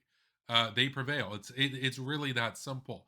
And so when Dylan was talking about that stuff with Taiwan, about how they're so committed to their independence, I'm like, I'll believe it. And I'm not saying I don't believe it. I do believe it, but I'm like, that's irrelevant until they start spending on their military. Because if they don't, they're going to be a part of the PRC, and they're going to be singing the March of the Volunteers in Taipei, because they're just not going to be able to resist, right? Um, and this is a problem with liberal ideology, which is like it's antithetical to spending big on the military. It views spending big on the military as a nuisance, because we can rely on other countries and treaties and trade, and that'll protect us. And it's like, what happens when it doesn't? Like, it didn't save Ukraine. It's not going to save Taiwan. It's not going to save South Korea. Now, granted, South Korea has done a lot more for their defense than Taiwan or Ukraine have done over this time period, with the exception of the last 2 years, mind you. But of course, there's a literal war going on. But it's like, liberal institutionalism isn't going to save you from annihilation, from getting conquered, right? You know what will save you? Military first economics. That can save you if you started early enough. And that doesn't matter what your ideology is. You could be a democracy, you could be a dictatorship, you could be a central democracy, you could be like, you could be any ideology, basically. I guess with the exception of anarchists, because they're just ideologically incapable of understanding that logic. But you get what I'm saying. It doesn't matter what your ideology is. It's the same logic. It's the logic of force, right? So, um, where do you get updates about Ukraine? I think Russian propaganda affects you. Russians invest a lot in propaganda. It works, or they would not invest. So I'm not sure exactly what that's a reference to. Like, are you disputing that they took a Zeke figure off, for example? They they're gaining about 500 meters a day right now in their not even really offensive. They're not like going that hard on the offensive, but anyway, so I watched Dylan Burns. I disagree with Dylan Burns on a lot. As I say, I debated him recently. So I watched Dylan Burns. He's obviously very pro-Ukraine. I watch Simon Whistler, War Graphics. I check out the Institute for the Study of War. These are all pretty pro-Ukraine outlets. Various Twitter accounts for updates, OSINT, etc. Um, and then yeah, I also see the other side too. Like obviously, I follow Jackson Hinkle. I follow Hawes. I follow like a lot of these guys to see what like their view of the war is and what they're going to say and everything. And yeah, I keep tabs on like what's Russian news reporting and everything. Look, like I say, I don't support Russia's invasion. I'm not. I don't like what has happened, but I also understand why it happened. Right? Like you can recognize that something's bad. You can also recognize, yeah, but I mean, they kind of opened themselves up for this to happen by not becoming a bulwark of national security, right? They only became that when the war expanded, and by then it might be too late. It might be too. I mean, it would have been too late if it weren't for Western um, support to make up for that. But they're not going to have that for very long. We're just not going to be able to sustain that because it's just, again, it's the sort of thing that, like, if you're a hardworking Canadian and you have to live in your car as you're building condos for foreigners that you'll never be able to own, you'll never be able to qualify for, even your doctor, which you probably don't even have a family doctor anymore, but even if you do, even your family doctor wouldn't qualify for a mortgage on that property. Even doctors can't get mortgages anymore in most cities. Well, and you're living in your car and you can't even really afford meat, and you're like a skilled trades worker and you're making 32 dollars an hour and you can't afford anything. You're basically homeless, but you're paying taxes. You're working homeless. You're proletariat homeless, and we're taking a portion of that money and sending it abroad. Well, that rubs people the wrong way. You can, like, if you have any humanity, you can understand why that rubs the people the wrong way, and you can understand from that, even if you're like the most pro Ukraine aid guy out there, you can understand that aid is going to eventually diminish. So in that context, it would be worthwhile for Zelensky to drop the fanaticism and let go of the hubris and come to the negotiating table and try to salvage a portion of his state going into the future as opposed to risking everything, because he's not getting Crimea back. He's not getting Donbass back. The question right now is, can they maintain territory east of the Dnipro River? If he negotiates now, there's a chance at that. If he waits until the aid's gone and he has no leverage and no ammo left, then most of their state might be west of Kiev, right? I mean, look, this is just the reality of force. If you don't have the physical force to be able to project your existence into space time, you're nothing. You're nothing. It doesn't matter how many slogans and memes and banners of democracy and stuff you have. That doesn't matter at all if you can't defend yourself. Doesn't matter for anything if you can't defend yourself. And and this is really the fundamental logic at play. And in it's not good enough. It's not good enough to just say, well, we need to we need to send more aid over there or whatever, because people aren't interested in that. I'm not interested in that. Ukraine should have been spending on their own defense all those years, right? I question the extent to which their ruling class actually wants their country to even continue to exist. Because thus far, they have continually at every turn prioritized foreign multinationals over their own state survival. It's amazing to me. And it does raise a question of, if a state is so beholden to foreign multinationals that they compromise their own state's ability to project itself into the future with force in a time of existential war, does that state deserve to exist going forward? And the thing is, at the end of the day, it doesn't matter whether it does or not. That will come down to how strong Russia is and how strong Ukraine is. That's what will decide this. But um, I'm telling you, I'm telling you, you need to look after yourself. And for the longest time, they didn't. And 2 years of 34% spending, yeah, will that save them? It doesn't look like it's doing it so far.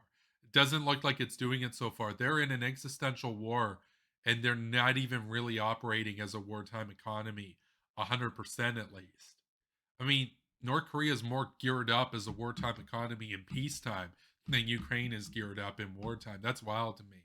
So even the 34% thing, yeah, they're tied, but who has a higher chance of repelling an invader, Ukraine or North Korea? It's obviously North Korea. So, and Ukraine's not making any efforts to get nuclear weapons either. So I don't know. I don't know. I question their ability to exist as a state going forward. But anyway, um, we're going to get back to kind of where I was going here. Um, have some water, and then we'll do a little bit of Fortnite.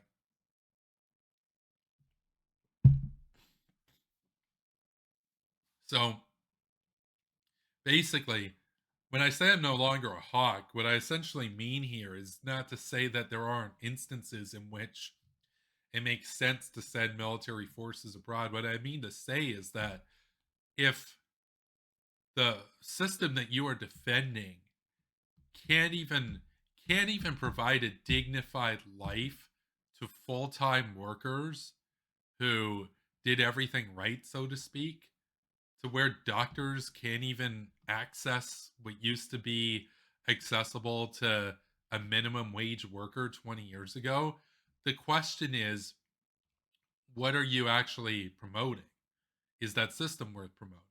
And what you would be promoting by sending forces abroad on a justified basis is our national security. Because regardless of how bad our system might be, there's an interest we all have in our survival and the survival of our people against threats, those who want to attack our people, right? So, on that basis, to take out a terrorist before they're able to get us is a justified uh, action. But to do a regime change to promote our system abroad at great expense of life, blood, and treasure, is that worth it? And I would say probably not. I would say probably not. And this is one of the, to kind of tie it back to Ukraine, this is one of the worries I have about Ukraine is that in the scenario that Ukraine does win, it will have been on the blood and heroism of so many hundreds of thousands of courageous, uh, mostly young men, but also some women in there as well, who gave everything for their country.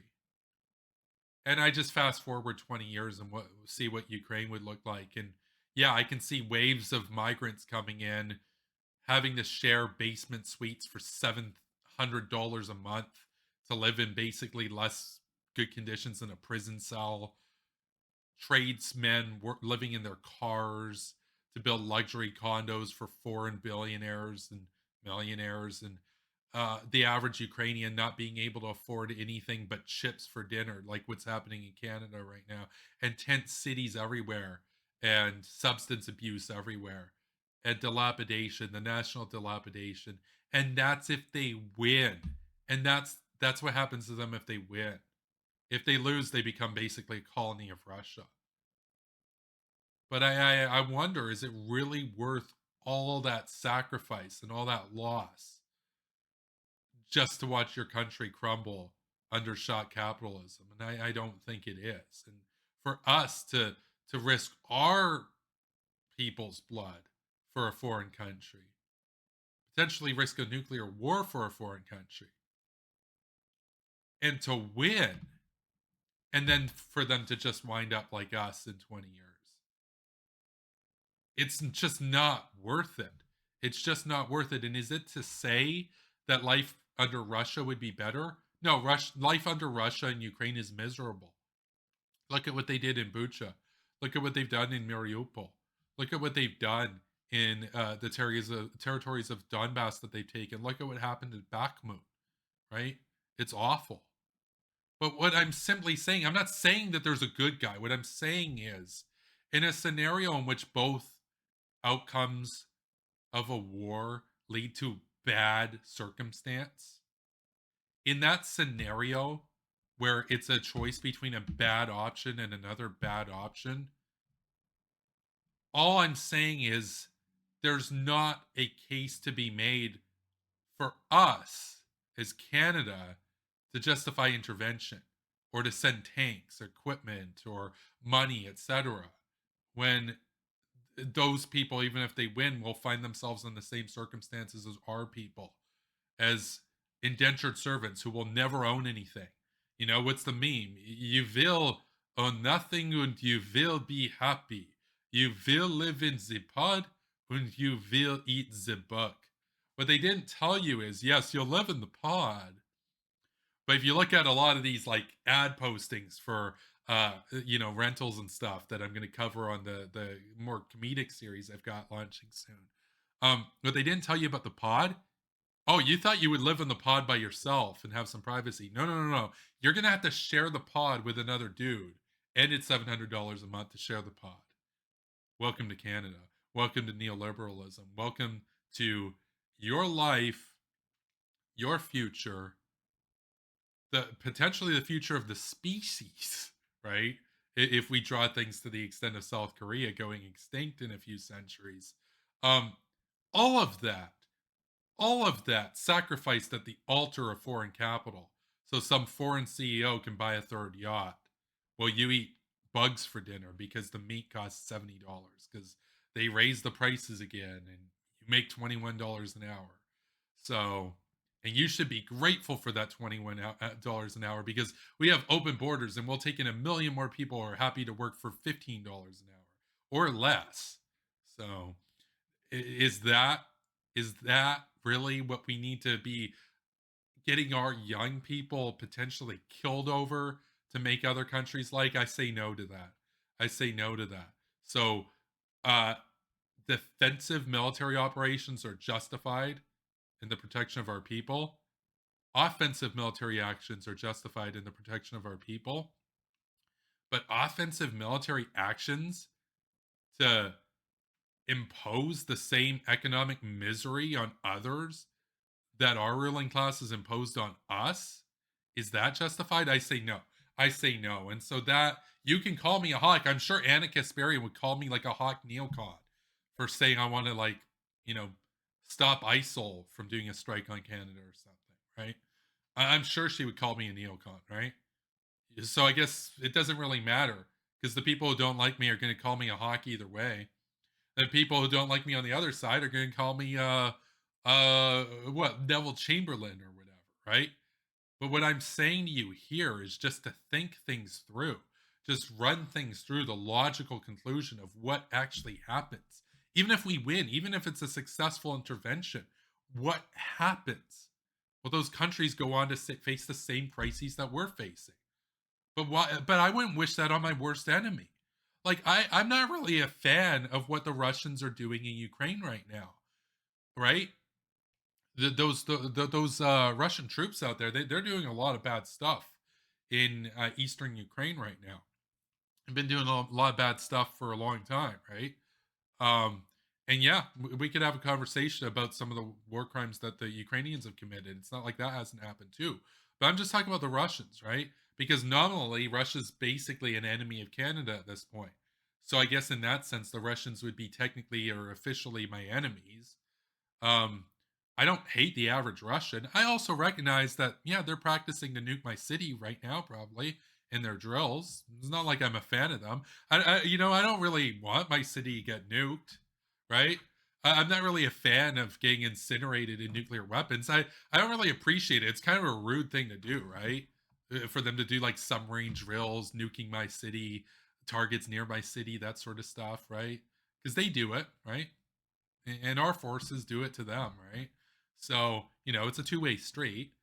But yeah, if stuff threw down, they would do that to me, and I wouldn't appreciate it very much. I can tell you that. Having to wake up to blinding flash of light out my window and be like, "God damn it, really? all of this over competing shock capitalisms essentially. But for me, those Russian troops, so they're officially like I guess my enemies, right?